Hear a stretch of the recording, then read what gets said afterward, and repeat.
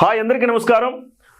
Megastar Chiranjeevi గారు తన ప్రతిష్టకు భంగం కలిగితే చట్ట ప్రకారం చర్యలు తీసుకునే ఒక వెసులుబాటును కోర్టు నుంచి ఆయన తెచ్చుకున్నారు. దీనికి సంబంధించిన కాపీ ఈ మధ్య కాలంలో మనం చూసాము, అన్ని పత్రికల్లో కూడా వచ్చింది. అయితే అక్కడతో ఆగకుండా చిరంజీవి గారు కమిషనర్ సజ్జనార్ గారిని 2 సార్లు కలిసినట్టుగా తెలిసింది. సో తాజాగా ఆయన కంప్లైంట్ కూడా ఇచ్చినట్టుగా తెలుస్తుంది. అయితే ఆయన సూచన మేరకు మరికొన్ని పోలీస్ స్టేషన్లో కూడా కేసులు నమోదవుతున్నట్టుగా మనకు వస్తున్న సమాచారం. అయితే దీనికి సంబంధించిన రిజల్ట్ అయితే మొదలైపోయిందని చెప్పాలి. ఎందుకంటే ఒక భయం, ఒక వణుకు అయితే సోషల్ మీడియా హ్యాండిల్స్ని చూస్తున్న వ్యక్తుల్లో మొదలైంది. ఆ వణుకుకి తార్కాణమే ఈ లేఖ అని చెప్పాలి. డిజిటల్ మీడియాలకు సంబంధించిన వాట్సాప్ గ్రూపుల్లో ఈ లేఖ సర్క్యులేట్ అవుతా ఉంది. ఈ లేఖ సారాంశం ఏంటో ఒకసారి చూద్దాము. లేఖ సారాంశం ఏంటంటే, డిజిటల్ మీడియా మిత్రులు జరజాగ్రత్త. డిజిటల్ మీడియా అంటే ఉంటుంది యూట్యూబ్, ఫేస్బుక్, ఇన్స్టా, ట్విట్టర్. ఈ మధ్య ట్విట్టర్లో బాగా చెలరేగిపోతున్నారు. అంటే మనకు నోటికి ఎంత వస్తే అంత మాట్లాడుతున్నారు. అంటే వాడికి నోటికి ఎంత వస్తే అంటే అంత జుగుప్సాకరమైన మాట్లాడుతున్నారు. అంటే వాడికి నోటికి అంతలా జుగుప్సాకరమైన మాటలు కూడా వస్తున్నాయంటే వాడి జన్మ, వాడు ఎలాంటి బతుకు వాడిది అనేది కూడా మనకు అర్థమవుతుంది. సరే, ఆయన ఏంది లెటర్ సారాంశం ఏంటంటే, మెగాస్టార్ చిరంజీవి గారు తన ప్రతిష్టకు భంగం కలిగించే విధంగా ఎవరైనా వ్యవహరిస్తే చట్ట ప్రకారం చర్యలు తీసుకునేలా హైకోర్టు నుండి ఆర్డర్ తెచ్చుకునే సంగతి తెలిసిందే. దానిని కొంతమంది లైట్గా తీసుకుంటున్నట్టు అనిపిస్తోంది. గతంలో నాగార్జున, అమితాబ్, ఐశ్వర్య, మోహన్ బాబు లాంటి వారు తెచ్చుకున్నప్పటికీ ఆర్డర్స్ పెద్దగా ప్రభావం చూపలేదు కాబట్టి మనం ఏం చేసినా చెల్లుబాటు అవుతుందని కొందరు మిత్రులు అనుకోవచ్చు. అలాగే ఇది నాన్ బెయిల్ సెక్షన్ కిందకు వస్తుంది కాబట్టి, నాన్ బెయిలబుల్ సెక్షన్ కిందకు రాదు కాబట్టి 41A నోటీస్ ఇచ్చి వదిలేస్తారని కూడా కొంతమంది ఓవర్ కాన్ఫిడెన్స్తో ఉన్నారు. ఇక్కడ మనం ఒక విషయం గుర్తుంచుకోవాలి. చిరంజీవి గారు ఈ విషయంలో చాలా సీరియస్గా ఉన్నారు. అందుకే ఆర్డర్ కాపీ వచ్చిన తర్వాత పోలీస్ కమిషనర్ సజ్జనార్ గారిని 2 సార్లు కలిశారు. పలువురి మీద ఫిర్యాదులు చేసినట్టు తెలుస్తోంది. ఒకవైపు కోర్టు కేసులు, కోర్టు నోటీసులు, మరోవైపు పోలీసు కేసులు ఉండబోతున్నాయి. సో చిరంజీవి గారి గురించి గాసిప్స్ ప్రచారం చేసిన, నీచమైన భాష వాడిన, ప్రతిష్టకు భంగం కలిగేలా డిజిటల్ మీడియాలో స్టోరీలు చేసిన పోసాని కృష్ణమురళి, బోరుగడ్డ అనిలు, వర్రా రవీందర్రెడ్డి వంటి వారి పరిస్థితి ఎదురవుతుంది. వారికంటే మొగోళ్ళేమి కాదు మనం. పైగా వారికి డబ్బు, పలుకుబడి, ఒక పార్టీ అండా ఉన్నాయి. అన్నీ ఉండి కూడా పోసాని లాంటి వాడే ఎంత టార్చర్ అనుభవించాడో మనకు తెలుసు. 100 పోలీస్ స్టేషన్లలో చిరంజీవి అభిమానులు ఫిర్యాదులు చేసే అవకాశం ఉంది. ఒక్కో స్టేషన్కి తిరిగేసరికి జీవితం అయిపోతుంది. ఒక కులం మీద అభిమానంతోనో, ఒక హీరో మీద అభిమానంతోనో, ఒక పార్టీ మీద అభిమానంతోనో చిరంజీవి కుటుంబాన్ని ద్వేషపూరితంగా పరుష పదజాలతో కించపరిచేలా మాట్లాడి మనం చిక్కుల్లో ఇరుక్కుంటే ఆ హీరోనో, ఆ కులమో, ఆ పార్టీనో మనల్ని వచ్చి కాపాడదు. మనవి చిన్న చిన్న జీవితాలు. అనవసరంగా ఈ బురదలో ఇరుక్కుని కుటుంబాలను ఇబ్బందుల పాలు చేయకండి. సద్విమర్శలకు ఎప్పుడు స్థానం ఉంటుంది. పనిగట్టుకుని చేసే విష ప్రచారాలు మాత్రం ఎప్పటికైనా డేంజరే. ఇది సారాంశం. అంటే ఇక్కడ జరుగుతున్నది ఏంటంటే అండి, ఇందులో చాలా స్పష్టంగా ఉంది. ఒక కులం మీద ప్రేమతోటి ఆ కులం మీద వేరే కులం మీద ద్వేషిస్తారు. ఆ ద్వేషంతో చిరంజీవి గారి ఫ్యామిలీ మీద విష ప్రచారం. ఒక హీరోని అభిమానించి ఆయనకు మద్దతుగా చిరంజీవిని ద్వేషిస్తారు. దాని మీద చిరంజీవి గారి మీద విష ప్రచారాలు. సో అలాగే ఒక పార్టీని అభిమానిస్తూ, సో చిరంజీవి అంటే జనసేన పార్టీ అధినేత పవన్ కళ్యాణ్ గారికి అన్నయ్య కాబట్టి చిరంజీవి గారిని దూషిస్తారు.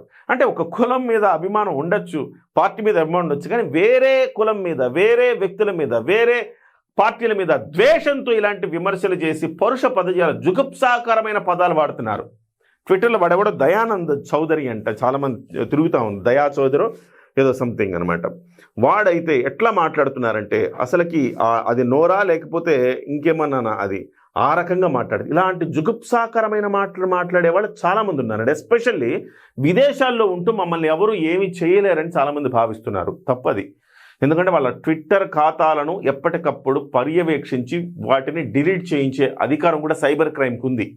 సైబర్ క్రైమ్ ఒక్క ఫిర్యాదు నమోదు చేస్తే వెంటనే ట్విట్టర్ ఖాతా కూడా డిలీట్ అయిపోతుంది. ట్విట్టరే కాదు, ఇన్స్టా కావచ్చు, ఇంకోటి కావచ్చు, హోల్డ్లో పెట్టేస్తారు. సో కాబట్టి ఇలాంటివన్నీ కూడా ఈ పప్పులు ఉడకవు. దీని మీద చాలా సీరియస్గా ఉంది ప్రభుత్వాలు కూడా. ఇది కేవలం చిరంజీవి గారి సమస్య అనుకుంటే తప్పండి. ఇది చిరంజీవి గారి సమస్య మాత్రమే కాదు, ఇది చాలామంది సెలబ్రిటీలకు ఉన్న సమస్య ఇది. అయితే ఇది స్వయంగా రేవంత్ రెడ్డి గారు కూడా దీని మీద సజ్జనార్ గారితో డిస్కస్ చేస్తున్నారు. దీనికి ఎట్లా అడ్డుకట్ట వేయాలి, అనే దాని మీద సజ్జనార్ గారు కూడా దీని మీద చాలా సీరియస్గా ఒక వ్యూహం రూపొందిస్తూ ఉన్నారు. మరోవైపు పవన్ కళ్యాణ్ గారు మొన్న అసెంబ్లీలో లాస్ట్ టైం ఫస్ట్ అసెంబ్లీలో ఆయన మాట్లాడిన మాటల్లో ఇది కూడా ఉంది. అంటే కొత్త చట్టాలని మనం మార్చాలి, తేవాలి, కొత్త చట్టాలు మనం అసెంబ్లీలో చేయాలి, తద్వారా ఇలాగా నోరు పారేసుకున్న జుగుప్సాకరమైన మాటలు మాట్లాడే వాళ్ళ భరతం పట్టాలి అని. కాబట్టి ఒక చిరంజీవి గారికి సంబంధించిన అంశమే కాదు, చిరంజీవి గారు జస్ట్ ఇనిషియేట్ చేశారు అంతే. ఇది ఇటు ప్రభుత్వం అటు ప్రభుత్వం దీని మీద చాలా సీరియస్గా ఉంది. ఎస్పెషల్లీ చిరంజీవి గారి అభిమానులు ఇక్కడ ఒక మాట చెప్పారు, పోసాని కృష్ణమురళికి ఎంత సీన్ ఉందండి నాకు అర్థం కాదు. చాలా అంటే జగన్మోహన్ రెడ్డి సపోర్ట్ ఉందిగా పోసాని కృష్ణమురళికి, అలాగే వర్ర రవీంద్ర రెడ్డికి ఉందా, బోరగడ్డి అనిల్కి ఉందా, పోసానికేమో బహిరంగంగా ఉంది, మిగతా ఇద్దరికి సో అన్అఫిషియల్గా ఉంది. అయినా కానీ వాళ్ళు ఎన్ని బాధలు పడ్డారు. అసలు బోరగడ్డి అనిల్ అనేవాడు ఎక్కడున్నాడో కూడా తెలియదు. వాడి బండి బోరుకు వచ్చేసింది, చివరికి పోలీస్ స్టేషన్ తిరిగి తిరిగి తిరిగి తిరిగి ఇంతలా ఉండేవాడు ఇంత అయిపోయాడు. పోసాని కృష్ణమురళి బుద్ధి వచ్చిందిరా బాబు ఇలాంటివి ఎప్పుడు చేయకూడదు అనుకునే స్థితికి పోసాని కృష్ణమురళి దిగజారిపోయాడు. అంటే బట్టల సంచి చేతిలో పట్టుకొని తిరగతా ఉండడమే, పోలీస్ స్టేషన్ ఆ పోలీస్ స్టేషన్ ఆ పోలీస్ స్టేషన్ ఆ పోలీస్ స్టేషన్. అరే సద్విమర్శలు చేయొచ్చు, ఇదేదో సినిమా వచ్చింది చక్కగా సినిమా బాగుందా లేదా చెప్పొచ్చు, అదేం తప్పేం లేదు. నాకు నచ్చలేదంటే నచ్చలేదని చెప్పొచ్చు, ఇబ్బంది ఏం లేదు. కానీ పరుష పదజాలం వాడి వాళ్ళ ఇంట్లో వాళ్ళని కించపరిచి బోరుగడ్డ అనిల్కి ఎందుకు ఇంత ఇలాంటి దుస్థితి వచ్చిందంటే పవన్ కళ్యాణ్ గారి ఇంట్లో వాళ్ళందరినీ ఆయన దూషించాడు, చిరంజీవి గారి ఇంట్లో వాళ్ళని దూషించాడు ఆయన. సో అట్లా వాళ్ళ పరిస్థితి వస్తే ఏమిటి, నీకు 41A నోటీస్ రావచ్చేమో కానీ నువ్వు ఆ పోలీస్ స్టేషన్లన్నీ ఒక చోట మదనపల్లిలో కేసు నమోదైద్ది, ఇటువైపు కరీంనగర్ అయింది, ఆ తర్వాత ఆదిలాబాద్ అయింది, మళ్ళీ కుప్పం అయింది. అప్పుడు ఏమవుద్ది? సో అక్కడి నుంచి ఇక్కడ దాకా తిరగడానికి నీ ఆర్థిక స్థితి ఏంటి? నీ వెనకేమన్నా ఆ హీరోనో లేకపోతే ఆ కులమో లేకపోతే ఆ పార్టీని వచ్చి నేనేమన్నా కాపాడుతుందా? ఇవన్నీ కూడా ఆలోచించాలని కనువిప్పు కలిగేలా ఈ లేఖ కనపడుతోంది. ఇది మొత్తం ఈ సర్కిల్స్లో అంతా కూడా సర్క్యులేట్ అవుతుంది వాట్సాప్ గ్రూపుల్లో. సో ఇది కూడా చాలా ఆలోచించాల్సిన అంశం. ఈ ట్విట్టర్ ఖాతాలు మన చేతిలో మొబైల్ ఉంది, ట్విట్టర్ ఉంది, మనం ఏం వాగినా మన మనసులో ఏముంటే అది వాగితే సరిపోతుంది అనుకుంటే కష్టమే. రాబోయే రోజుల్లో ట్విట్టర్ని వీటన్నింటిని కూడా ఆధారికి అనుసంధానం చేస్తున్నారు, అంత ఈజీ ఏం కాదు. డెఫినెట్గా ఇది చిరంజీవి గారు కదిలించారు. ఇనిషియేట్ ఎవరో ఒకళ్ళు ఒక అడుగు ముందుకేయాలి కదా. చిరంజీవి గారు అనుకోండి, చిరంజీవి గారిది ఏముందండి, చిరంజీవి గారు ఇవాళ ఈ కోర్టు ఆర్డర్ కూడా తెచ్చుకోక్కర్లా. ఆయన ఒక కనుసైగతోటి 100 పోలీస్ స్టేషన్లో కేసులు నమోదవుతాయి, ఎవరి మీద అయినా కానీ ఎట్లయినా కానీ వాడిని అంతు చూడొచ్చు. కానీ ఆయన అట్లా కాదు.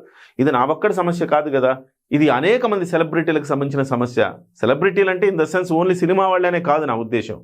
అది రాజకీయాల్లో ఉండొచ్చు, లేకపోతే సోషల్ మీడియాలో ఉండొచ్చు, సో మాలాంటి జర్నలిస్టులు అయి ఉండొచ్చు, ఇంకొకళ్ళు అయి ఉండొచ్చు.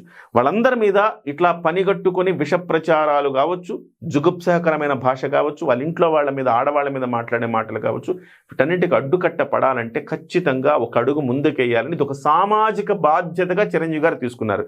ఇది కేవలం ఆయన గురించి కాదు, చాలామంది తప్పుడు ప్రచారం చేస్తున్నారు. ఆయన ఫోటో వాడుకుంటే జస్ట్ ఆర్డర్లో అన్ని రకాలు ఉంటాయి. దాని ఉద్దేశం చిరంజీవి గారి ఫోటో పెట్టుకుంటాము, ఒక టీవీ ఒక సెలూనో లేకపోతే ఒక కూల్ డ్రింక్ షాపు పెట్టుకుంటాం, చిరంజీవి గారి ఫోటో పెట్టుకుని దానివల్ల చిరంజీవి గారికి ఏమైనా నష్టం కాదు. ఆ కూల్ డ్రింక్ షాపులో మత్తు పదార్థాలు అమ్ముతున్నారు అనుకో, అది చిరంజీవి గారు, దాన్ని ప్రస్తావిస్తున్నారు అంతే. సో మంచిగా ఉన్నంత వరకు మంచిగానే ఉంటుందండి. ఎవడైనా కనుక ఇలాంటివి ఉంటే ఆ ఆర్డర్ వల్ల ఏమవుతుందంటే, ఓహో మనం చిరంజీవి గారి ఫోటో పెట్టుకుని ఇలాంటి దుర్మార్గమైన పనులు చేస్తే మనం లోపలేసి బొక్కలో మక్కిలెరగదంతారు అనే ఒక భయం ఉంటుంది.